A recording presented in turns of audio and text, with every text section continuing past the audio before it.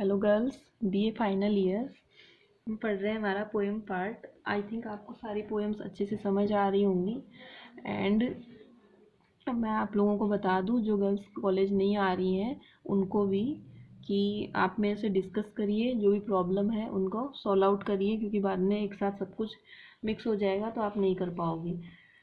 And हम आज पढ़ रहे हैं हमारी नेक्स्ट पोएम, जो है हमारी women in Dutch painting. Women in Dutch painting, ठीक है। डच आप जानते हो, डच कौन होते हैं? एक विदेशी जो जाति है, मतलब उनको डच नाम से पुकारा जाता है, उनके लिए है, ठीक है।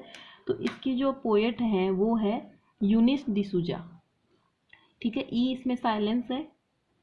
Eunice D'Souza, okay.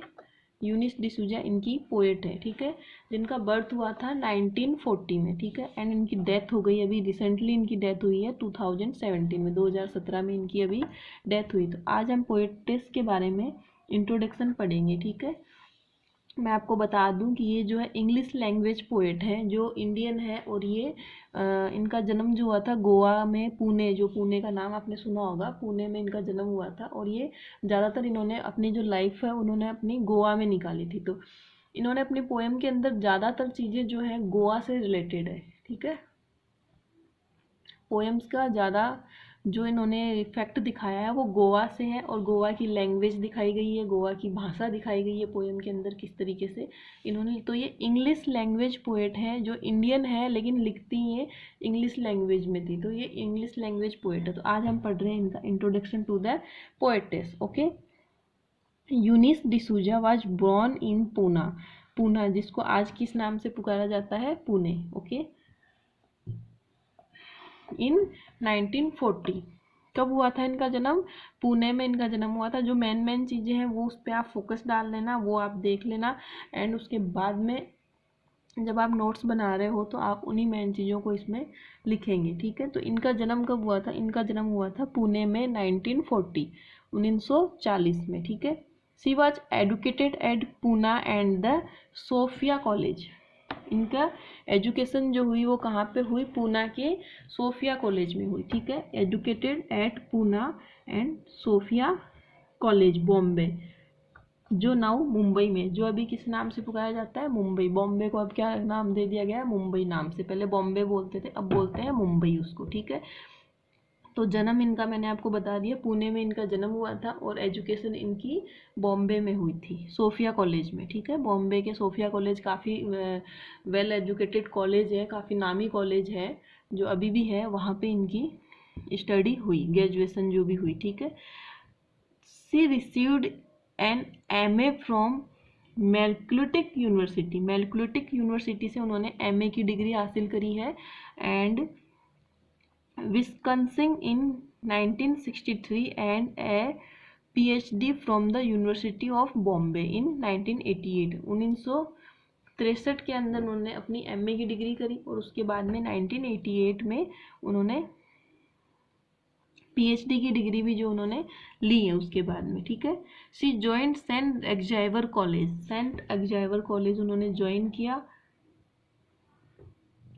And age of 40 और 88, इट मीन्स 48, एज ऑफ 48 में, जब वो 48 एज की हुई तो उन्होंने अपनी कॉलेज ज्वाइन करी एज ए लेक्चरर या एज ए टीचर, जैसे हम आपको पढ़ा रहे हैं उसी तरीके से। Bombay in 1969 as a lecturer in English. एक इंग्लिश के लेक्चरर के रूप में उन्होंने अपनी कॉलेज स्टार्ट करी, ठीक है। Her father died young when she was still a child. जब वो बहुत छोटी थी तो उनके पिता की क्या हो जाती है? डेथ हो जाती है। In her poem for my father death dead young she says I M you. जो उन्होंने अपने पिता को डेडिकेट करके जो पोएम लिखी है, वो पोएम जो है, उस पोएम का नाम है फॉर माई फादर, मेरे पिता के लिए, डेड यंग, जो जवानी में मर गए हैं, एंड आई एम यू, कि मैं ही तुम हूँ। इस तरीके से इनका जो मेन चीज़ें, ये आपको ध्यान नहीं देना, मेन आपको जो ध्यान देना है, मेन ध्यान देने योग्य जो आपके लायक जो चीज़ें हैं वो बता रही हूँ मैं। ये इंग्लिश लैंग्वेज पोएट है सबसे पहले।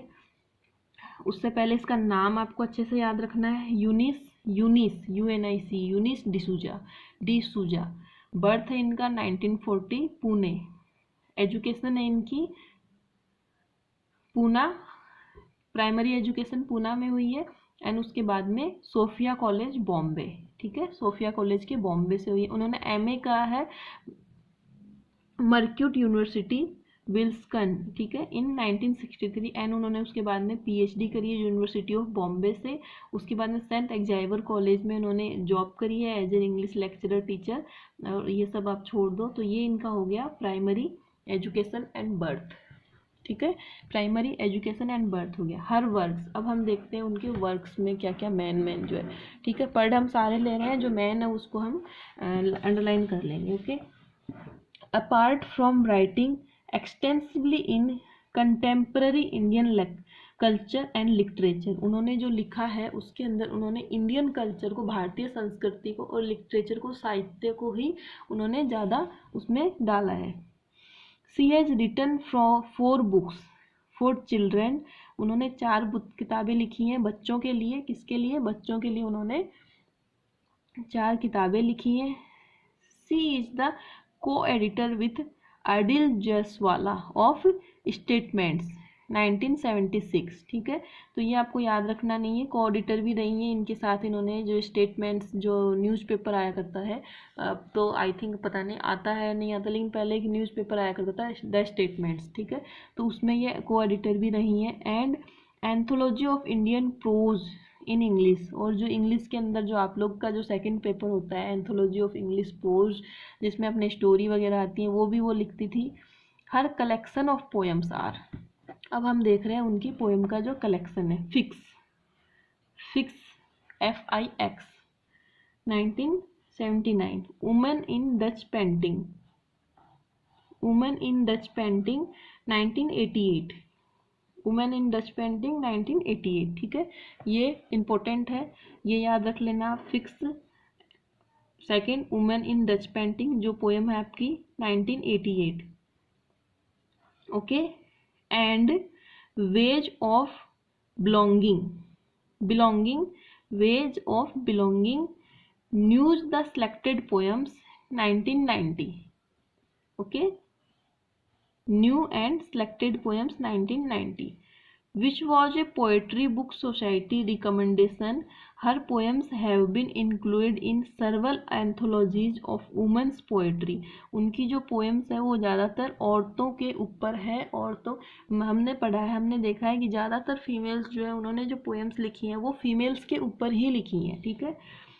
Among them Making for the Open, The Cato Book of Post Feminist Verse, and I am women, ठीक है, ये कुछ नाम जो है ये आप नोट कर लेना, बुक्स के इनके वर्क्स के नाम है, ओके। तो ये तो इनका हो गया वर्क्स। इसके अंदर आपको 4-5 देख लो, जैसे एक ही है, एक ही हो गया, एक ये आपके फिक्स हो गया, एक तो ये है ही आपकी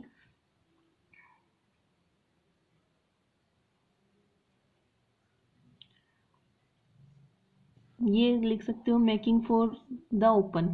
तो 4-5 नाम जो है ये आप नोट कर लेना। इसके अलावा आप गूगल करोगे, गूगल के ऊपर नाम डालोगे, विकीपीडिया खोलोगे, विकीपीडिया में इनकी पूरी डिटेल आ जाएगी। आप वहाँ से भी इनके वर्क्स जो है वो ले सकते हो, वहाँ से भी कुछ वर्क्स, अच्छे वर्क्स जो है कॉमन जो है जो याद रखने लायक है, वो वहाँ से भी आप उठा के डाल सकते हो अपने इसके अंदर। ऐसा कुछ नहीं है कि आप बुक से ही लिखोगे, वो आपके माइंड में होना चाहिए कि आप कैसे इनका इंट्रोडक्शन बना रहे हैं। जनरल में हम पढ़ रहे हैं Eunice D'Souza poems have to brevity, unexpectedness and urgency of the telegram। Telegram जो तार, पहले जो चिट्ठी चला करता था, चिट्ठी तो अलग हुआ करती थी, तार चला करता था पहले, तार जो होता था वो बहुत मतलब फास्ट होता था, तो उसके मतलब उसकी अनटेंडेंसी के ऊपर उन्होंने अपनी पोएम्स लिखी हुई है। In the first half of fix all the telegrams come from the Goa Catholic community. शुरू में जो उनकी पोएम लिखी गई है फिक्स, उसके अंदर उन्होंने टेलीग्राम के ऊपर पोएम लिखी है,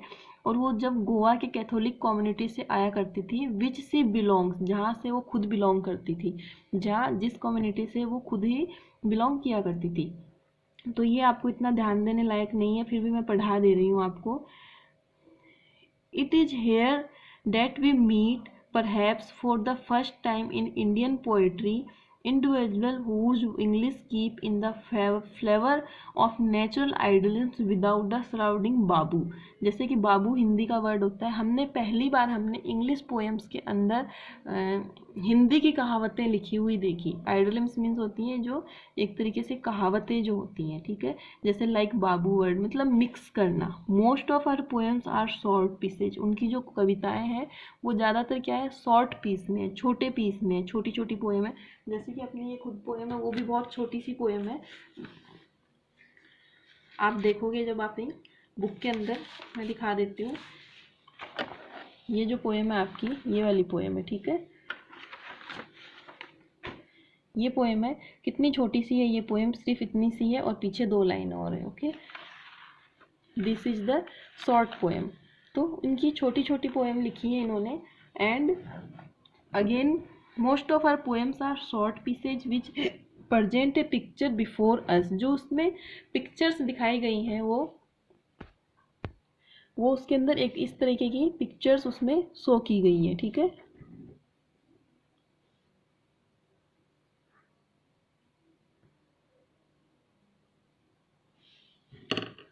okay,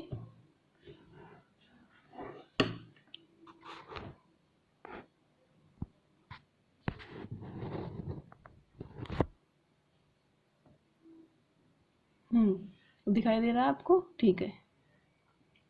pictures before in her poem she had use Goa name. अपनी पोएम्स के अंदर ज़्यादातर उन्होंने नाम जो यूज में लिए हैं वो गोवा के जो नाम है, जो वहाँ की लैंग्वेज में जो नाम चलते हैं उन नामों का उन्होंने ज़्यादातर यूज लिया है। Goa's name and it's vernacular which makes her poems very interesting. इस वजह से उनकी जो पोएम्स है वो बहुत ही ज़्यादा क्या हो गई है, इंटरेस्टिंग हो गई है पढ़ने में, क्योंकि she has a grip on the rhymes of speech. उन्होंने एक मतलब लय बनाई है, राइम मीन्स होता है लय। उन्होंने अपनी कविताओं में इस तरीके से एक लय बना के उन्होंने अपनी कविताएं लिखी हैं। Some of her poems are autobiographical in nature. जो कुछ उनकी जो पोएम्स है उनमें ज़्यादातर उनकी जो पोएम्स है वो ऑटोबायोग्राफिकल। ऑटोबायोग्राफिकल मैं आपको पहले भी बता चुकी हूँ कि क्या होता है। बायोग्राफी होती है किसी की जीवनी, ऑटोबायोग्राफी होती है खुद की जीवन पे आधारित। तो ज़्यादातर पोएम्स जो है उनका नेचर कैसा है, ऑटोबायोग्राफिकल है, ठीक है। She writes about herself. उन्होंने अपने बारे में बहुत कुछ लिखा है in a very candid manner, और बहुत ही सुंदर तरीके से उन्होंने ज़्यादातर जो पोएम्स है उनमें उन्होंने अपने बारे में जो लिखा है वो बहुत ही सुंदर तरीके से उन्होंने लिखा है, ठीक है। अब हम साथ ही साथ में इसका इंट्रोडक्शन टू द पोएम भी पढ़ लेते हैं, ठीक है, ताकि हमारी पोएम बाकी रहेगी, नेक्स्ट क्लास में हम पोएम को क्लियर कर लेंगे। ओके, शॉर्ट पोएम है इसलिए ज़्यादा इसमें अपने को टाइम नहीं लगेगा, इसलिए मैं आपको साथ में ये भी पढ़ा दे रही हूँ। Introduction to the poem. Okay, poem का जो इंट्रोडक्शन है वो है, Eunice D'Souza has dedicate this poem. ये पोएम जो उन्होंने डेडिकेट करी है, समर्पित करी है किसको, वुमन इन डच पेंटिंग। जो पोएम का नाम है woman in Dutch painting.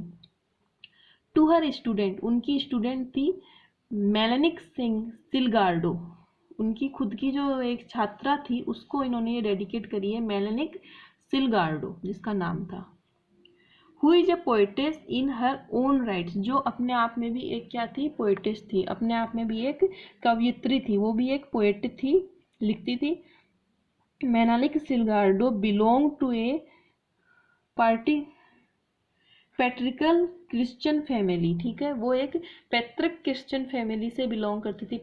Practical Christian family it means पैतृक, जो शुरू से ही क्रिश्चियन है। कुछ लोग बाद में क्रिश्चियन बन गए थे, लेकिन कुछ लोग जो थे जो शुरुआत से ही क्रिश्चियन थे, तो वो क्रिश्चियन फैमिली से बिलोंग करती थी जो उनकी छात्रा थी। तो ये पोएम जो है वो उसको डेडिकेट की गई है।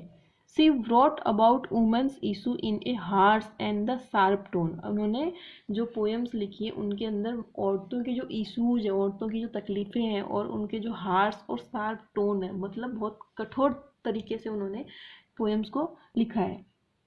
She express the social concerns and pressure associated with the being in the Christians family. Christians female, Christian families के अंदर जो क्रिश्चियन फीमेल्स हुआ करती थी, क्रिश्चियन ईसाई धर्म की जो औरतें हुआ करती थी, वो किस तरीके से सोशली सामाजिक रूप से पीड़ित थी और उनके अंदर किस तरीके से उनको पीड़ित किया जाता था। तो इस चीज़ के अंदर उन्होंने कंसर्न किया है, इन चीज़ों को उन्होंने एक बहुत सुंदर तरीके से दिखाया है।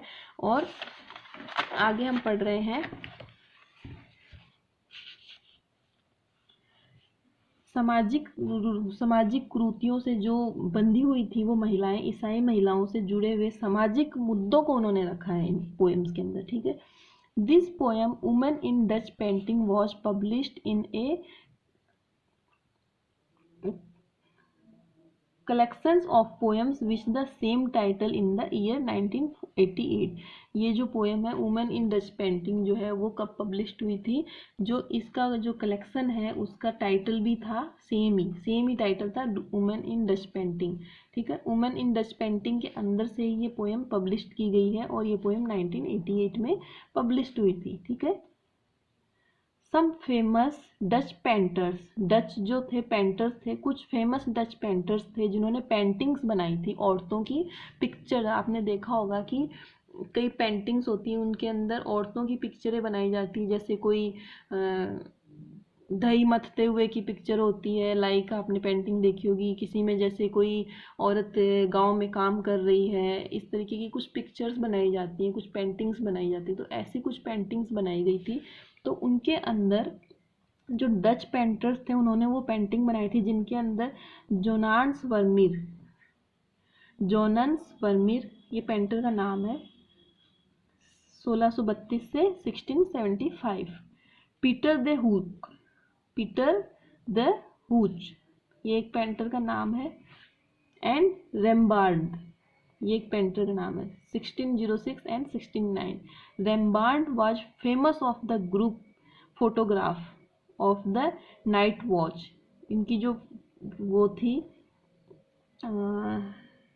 क्या बोलते हैं नाइट वॉच नाम की जो चित्र के लिए वो काफ़ी फेमस थे। ये जो नाइट वॉच एक चित्र पेंटिंग का नाम था, इसके लिए ये काफ़ी ज़्यादा फेमस हुए थे, ठीक है। And more than 60 self portraits, और उनके पास कम से कम भी 60 से अधिक खुद के ऐसे पेंटिंग्स बनाई हुई थी, फेमस पेंटिंग्स बनाई हुई थी। The women in the painting their paintings are mostly set in domestic space but they have to independent life of the interior। जो इनके अंदर जो चित्र के अंदर जो चित्र बनाए गए हैं, जो पेंटिंग्स बनाई गई हैं, उनके अंदर अधिकतर स्त्रियां जो अधिकतर महिलाएं हैं वो घरेलू चित्र दिखाया गया, घरेलू परिवेश उनमें चित्रित किए गए हैं। जैसे कि मैंने अभी आपको बताया था कि कोई काम करते हुए, जैसे कोई बच्चे को पढ़ा रही है, बच्चे को पाल रही है, कोई प्रेग्नेंट वूमेन है, इस तरीके की फीमेल्स उसके अंदर दिखाई गई उन पेंटिंग्स के अंदर, ठीक है। तो उन पेंटिंग्स को देख के ये जो यूनिस डिसूजा जो पोएट हैं, ये फीमेल जो है ये इफ़ेक्टिव हो जाती है, इनको प्रभावित हो जाती है और फिर उसके बाद में ये पोएम लिखती हैं। The poetess find some such women in real life. कवित्री जो है उन्होंने वास्तविक जीवन में इस प्रकार की कुछ स्त्रियों से मिल जाती है, जैसे कि वो पेंटिंग देख रही होती है वैसे ही कुछ फीमेल्स उनकी लाइफ में रियल में आ जाती हैं, जिससे क्या होता है कि वो मैच हो जाता है, वो भावनाएं उनको मैच कर जाती है। Real life as have been painted by Dutch painters, जैसे कि डच पेंटर्स ने पेंटिंग बनाई थी वैसे ही कुछ औरतें उनकी रियल लाइफ में मैच कर जाती है, तो वो उनसे क्या होता है, उनको लगता है कि ये रियल है, इसलिए वो फिर वो पोएम लिखती है। These women are representations of the women in Dutch paintings. ये जो औरतें उनसे मिलती हैं रियल लाइफ में, जिन औरतों से उनकी मुलाकात हो जाती है वो औरतें उनको उन पेंटिंग जैसे ही औरतें लगती हैं। The first 3 lines of the poem give us A picture of these women. Poem की पहली 3 लाइनें जो हैं वो ऐसी औरतों की पिक्चर दिखाती है, ठीक है। दे आर क्लाम, वो जो शांत है, नॉट स्टूपिड, वो उग्र नहीं है, प्रेग्नेंट है, नॉट वाइन, ओके, जो क्या है गर्भ धारण किए हुए हैं, कुछ जैसे गायों की तरह सुस्त नहीं है। The poetess present to acquaintance and aunt who did not answer her husband. इसके अंदर 2 औरतें ऐसी दिखाई गई हैं, पोएट ने इस पोएम के अंदर 2 औरतें दिखाई गई है। एक चाची ऐसी है, आंट दिखाया है, जो अपने हस्बैंड को कोई भी जवाब नहीं देती। इट मीन्स कि वो जो भी उसके हस्बैंड उसको बोलते हैं वो उसको सुनती है और उसी की तरह रिएक्ट करती है। दूसरी अन्ना जो है, ठीक है। अन्ना who writes poems and expert in the vein of the avocado stone of the sprouts in kitchen। जो एक औरत दिखाई गई, अन्ना नाम दिया गया है, वो अपने किचन के अंदर, रसोई के अंदर काम कर रही है और वो उनकी तरह तरह की जो खुशबू वगैरह आती है एवोकेडो और स्प्राउट्स इनकी किचन में। Her voice is a sweet like oatmeal and honey. उनकी जो आवाज़ है वो इस तरीके से जैसे ओटमील और शहद की तरह मीठी है। तो ठीक है, आपको ये समझ में आ गया होगा। इसके अंदर मैंने जो पढ़ाया है पोएटिस का इंट्रोडक्शन एंड पोएम का इंट्रोडक्शन, दोनों मैंने आपको साथ में समझा दिया। आई थिंक आपको समझ में आ गई होगी, और इसमें कोई प्रॉब्लम है तो आप मेरे से पूछ सकते हैं। एंड बस आपको इसमें ज़्यादा कुछ ध्यान नहीं रखना है, मैं फिर से रिपीट कर दे रही हूँ एक बार। इसमें मैंने आपको बता दिया, बर्थ याद रखना है, डेट याद, ईयर याद रखनी है एंड प्लेस याद रखना है। ओके। एजुकेशन में इनको सोफिया कॉलेज बॉम्बे, एमए इन्होंने मैक्यूलेटर university Wisconsin and PhD university of Bombay. फिर सेंट एक्जाइवर कॉलेज इन्होंने ज्वाइन करी, ये बाद में छोड़ दो, ये इसका कोई मतलब नहीं है। उसके बाद में इनके वर्क्स आ जाएंगे, मेन जो इनके वर्क्स मैंने आपको बताए हैं वो आ जाएंगे। एंड उसके बाद में जनरल आप पढ़ सकते हो और आप इनकी बना के लैंग्वेज में लिख सकते हो कि ये इंग्लिश पोएटिस हैं, इंग्लिश लैंग्वेज पोएटिस हैं, इनके लिखने का तरीका बहुत अच्छा है, ईटीसी वगैरह करके। और इन्होंने फीमेल्स के ऊपर ज़्यादा जोर डाला है, फेमिनिज्म को जोर दिया है, पेंटिंग के द्वारा इन्होंने महिलाओं की स्थिति को समझाया है कि किस तरीके की महिलाएं रियल लाइफ में, ऐसी महिलाएं जो सफ़र कर रही हैं जैसे कि पेंटिंग में दिखाई गई हैं, इस तरीके से आप इसको लिख सकते हैं। इंट्रोडक्शन टू द पोएम के अंदर मैंने आपको बता दिया है कि ये जो पोएम है वो किसको है, जो डच पेंटर्स हैं उन्होंने जो पोएम, जो पेंटिंग्स बनाई हैं उनके ऊपर ये पोएम है। ठीक है, जिसके अंदर दो महिलाओं का वर्णन किया गया है। और ये पोएम किसको डेडिकेट है, उनकी अपनी ही स्टूडेंट्स जो थी, हर स्टूडेंट्स मेलेनिक सिलगार्डो, ठीक है, जो कहाँ से बिलोंग करती थी, एक क्रिश्चियन फैमिली की रहने वाली एक लड़की थी, जो उनकी स्टूडेंट थी, जो खुद अपने आप में एक राइटर पोएटिस्ट थी। उनकी जो फैमिली के जो हार्श इश्यूज वगैरह जो है वो एक्सप्रेस किए गए हैं इसके अंदर। और फीमेल, कौन सी फीमेल्स है, क्रिश्चियन फीमेल्स, ये याद रखना बस। इसमें फीमेल्स जो है इसके अंदर वो है क्रिश्चियन फीमेल्स, ये देखो यहाँ पे, ठीक है, क्रिश्चियन फीमेल्स। एंड ये आप हिंदी में इसका पढ़ लेना ताकि आपको और अच्छे से समझ में आ जाए। जैसे ये कवित्री को वास्तविक जीवन में इसी प्रकार की कुछ स्त्रियां मिलती हैं जैसे कि डच चित्रकारों ने चित्रित की हैं। ये स्त्रियां डच चित्रों में प्रदर्शित स्त्रियों की प्रतिनिधि हैं, मतलब कि जैसे पिक्चर है वैसे ही रियल लाइफ में है ये। कविता की प्रथम 3 पंक्तियां हमको इन स्त्रियों की तस्वीर दिखाती है। वे शांत हैं, मूर्ख नहीं है, गर्भ धारण किए हुए हैं, वे गायों की भांति सुस्त नहीं है। कवित्री अपनी परिचित 2 स्त्रियों को प्रस्तुत करती है। मैंने बताया आपको, एक तो जो चाची है जो अपने पति को प्रत्युत्तर मीन्स के पलट के जवाब नहीं देती थी, तथा अन्ना जो कविताओं की रचना करती है और व्यर्थ में आशा करती है कि उसकी रसोई में एवोकाडो फल की गुठलियां प्रस्फुटित हो जाएगी। उसकी वाणी ओटमील तथा शहद की तरह मधुर है। ठीक है, अब हम पोएम पढ़ेंगे, तब हम एक्सप्लेनेशंस पढ़ेंगे और उसके बाद में आपको पोएम अच्छे से समझ में आ जाएगी। Summary of the poem, summary of the poem में कुछ नहीं है, सेम चीज़ें हैं। Women in Dutch painting is the title poem of the collection of the poems which the same title, वो बता चुकी हूँ।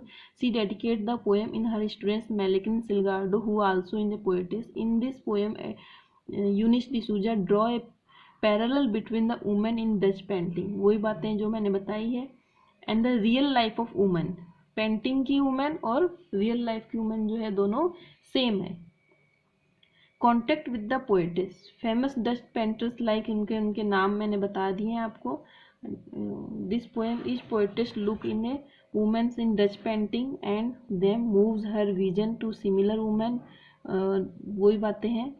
Who see no the real life, जैसी लाइफ रियल लाइफ में मिलती है वैसे ही वो पेंटिंग में उनको, वैसी ही औरतें उनको मिलती है, तो वो दोनों मैच हो जाती हैं। Sense of appreciation in for such women's, the women in Dutch painting are calm quite pregnant but they are not neither dull nor stupid, ना वो आलसी हैं ना ही वो स्टूपिड हैं। Similarly an aunt of poetess had the same characters, जैसा कि उसमें एक चाची का वर्णन किया गया और दूसरी जो बताई गई है वो अन्ना। ठीक है, वही बातें हो गई। सी इज़ वेरी सॉफ्ट स्पोकन, जो उसकी बोलने में बहुत ही सॉफ्ट है। तो ठीक है, आपको इस तरीके से समझ में आ गई होगी। अब पोएम पढ़ेंगे तो और अच्छे से समझ में आ जाएगा आपको।